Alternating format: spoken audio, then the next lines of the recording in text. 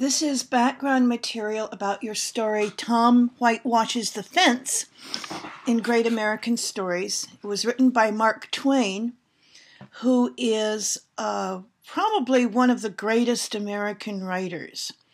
This is a picture of him when he was a young man. Mark Twain's real name was Samuel Leghorn Clemens. He was born in 1835 in a small town in Missouri on the Mississippi River. When I talk about the real name, Mark Twain was not the name he was born with.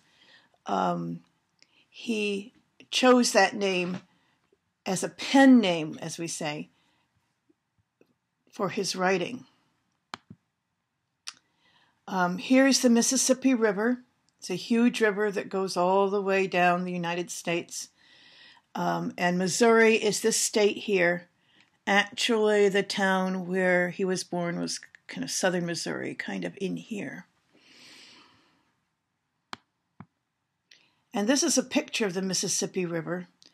It's a very, very beautiful river to look at in many places.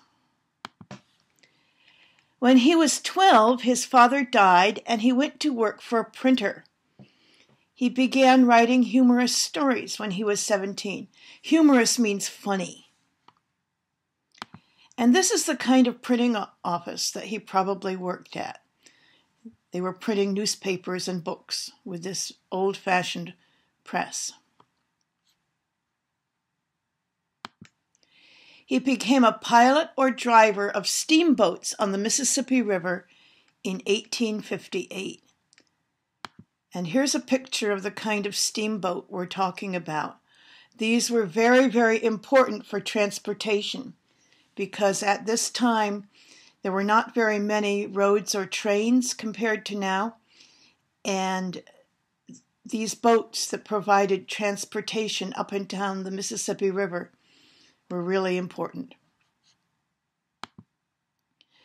When the war between the states stopped boats from traveling on the river, Clemens became a soldier in the Southern Army. And this is a picture of a soldier in the Southern Army in the American Civil War. This is not Mark Twain, it's just the kind of uniform they wore. The southern part of the United States was called the Confederacy. So when I say a Confederate soldier, I mean he was a soldier in the Southern Army. The North and the South were fighting each other. But he soon left the Army and in 1861 he went out west to look for gold and adventure. There was a gold rush in California in 1849. There he became a newspaper reporter. And this is what San Francisco looked like in the 1800s at that time. It certainly looked very different now. In 1863, he began writing under the name of Mark Twain. Mark Twain was a phrase used on riverboats to mean 12 feet or 4 yards deep. So when he was working on the riverboats, he heard people call Mark Twain, and he liked the sound of it, so he chose that for his pen name.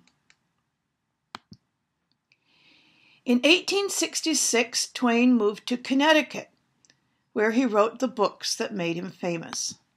This shows where Connecticut is. It's a little state in the Northeast. And this is the house that he lived in Connecticut. It's a very beautiful house that he built after he had made a lot of money writing.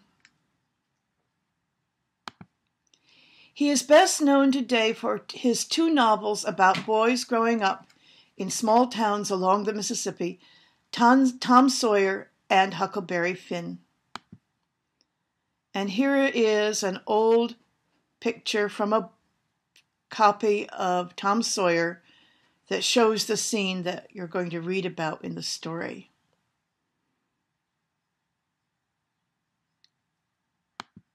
And here is a picture from the other book that's very, very famous, Huckleberry Finn. And this is another boy, Huckleberry Finn, and Tom is a runaway slave. At the time that these books take place, African Americans in the South were still slaves. And in this other book, Huckleberry Finn, Huckleberry and Tom run away together. Twain traveled widely in the United States and Europe. In the last years of his life, he became famous as a public speaker. And that's how he looked when he was old and traveling around speaking. He died in 1910. Tom Whitewashes the Fence is part of the novel Tom Sawyer. It's a chapter from that novel. And here is some vocabulary for Tom Whitewashes the Fence. Okay, whitewash is what this man is doing here. It's like a white paint, but it washes away with water in time, so you have to repaint it. You have to, more often than most paint, you have to do it again to keep it white. They talk about a bucket or a pail. And they talk about going to the pump. This is how they got water because people did not have water in the house at that time. Pump is the same word we still use for a modern gas pump. But of course that's something different now, but it's the same word. They talk about marbles, which children play with. They talk about treasure. That's a key word in the story. Treasure is something worth a lot that is really important to you. They talk about a kite, toy soldiers, firecrackers, orange peel. Peel is this when you take the skin off a fruit. You can also peel an apple or peel a banana.